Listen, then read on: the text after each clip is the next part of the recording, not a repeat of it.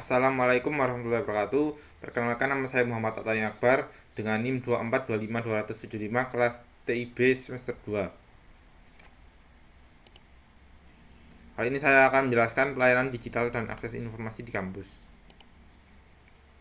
Ceritakan pengalaman Anda dalam mengakses informasi akademik di kampus atau informasi layanan publik. Saya memiliki pengalaman yang cukup positif saat pertama kali mengakses informasi akademik di kampus, khususnya saat proses pembuatan kartu rencana studi atau KRS untuk semester pertama. Saat itu saya dibimbing oleh kakak pemandu yang sangat sabar dan komunikatif, sehingga prosesnya berjalan dengan lancar. Koordinasi yang baik antara mahasiswa dan pemandu membuat pengisian KRS menjadi mudah dan cepat. Namun saya juga menemui kendala, salah satunya adalah ketidaksesuaian antara mahasiswa dan kelas yang dipilih, sehingga beberapa kelas tidak seimbang. Apa kendala yang Anda hadapi dalam mengakses informasi tersebut? Salah satu kendala yang utama yang saya hadapi adalah masalah pada server website kampus atau yang sering mengalami gangguan atau down. Selain itu muncul permasalahan keamanan di mana sistem kampus beberapa kali disusupi oleh situs-situs judi online. Ini menunjukkan bahwa sistem keamanan website kampus masih lemah sehingga rentan diakses oleh pihak-pihak yang tidak bertanggung jawab. Kemudahan akses awal tanpa sistem verifikasi atau filter yang kuat menjadi celah yang mudah dimanfaatkan. Menurut Anda, teknologi apa yang menjadi solusi untuk mengatasi kendala tersebut? Untuk mengatasi kendala tersebut, ada beberapa teknologi yang bisa diterapkan. Pertama, peningkatan keamanan website menggunakan sistem keamanan yang lebih kuat seperti firewall, enkripsi data, dan autentikasi ganda two authentication untuk mencegah akses ilegal. Yang kedua, load balancing dan cloud hosting agar server tidak mudah down saat diakses banyak pengguna. Kamu dapat menggunakan teknologi load balancing dan menyimpan data di cloud server agar lebih stabil dan fleksibel.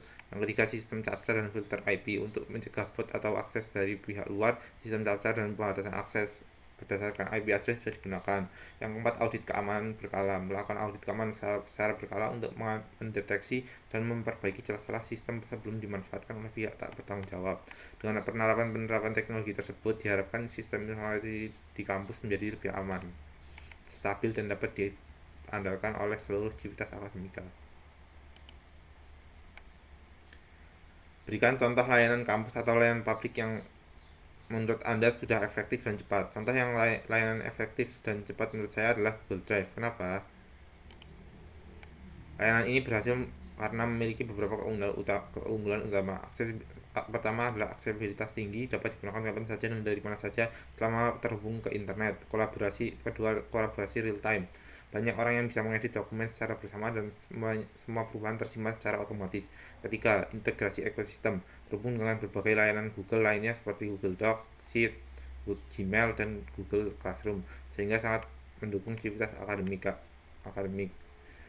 Yang keempat, kemudahan penggunaan, UI yang sangat sederhana dan mudah dipahami oleh pengguna dari berbagai latar belakang.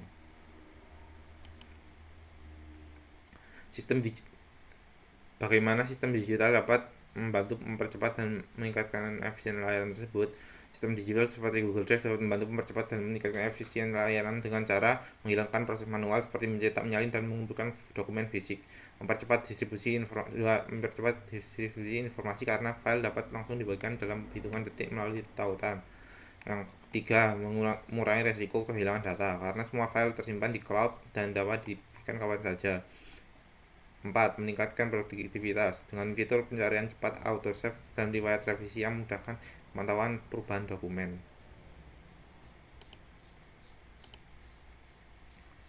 Ceritakan pengalaman Anda terkait penggunaan kertas di layanan administrasi kampus. Pengalaman saya menggunakan kertas pada layanan kampus ialah saat saya membuat surat keterangan atau SK masih kuliah.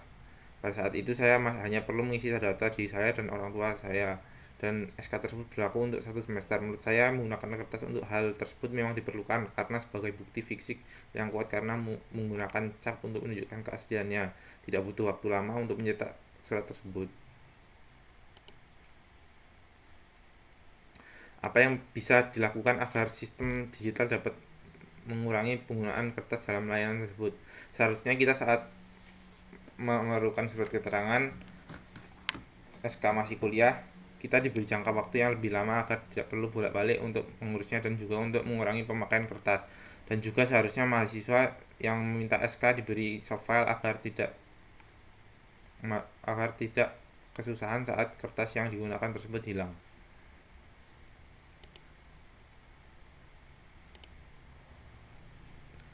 Ceritakan pengalaman Anda berinteraksi dengan SDM petugas layanan yang paham atau kurang paham teknologi informasi. Saya pernah menemui masalah di kampus, yaitu ketidaksesuaian antara data NSN yang saya miliki dan data di kampus. Akhirnya saya menemui petugas di kantor administrasi. Akhirnya data tersebut diperbarui dan benar, akhirnya data di pusat sudah berganti.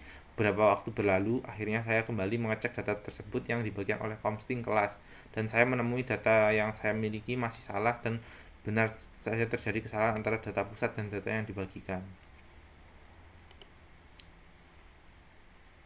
Mengapa Anda penting melibatkan SDM yang paham teknologi informasi dalam layanan digital? Penting kiranya bahwa kita harus melibatkan orang-orang yang paham di bidang IT untuk urusan yang berhubungan dengan data, karena kita perlu menyelaraskan data supaya tidak ada error data yang menyebabkan kerugian.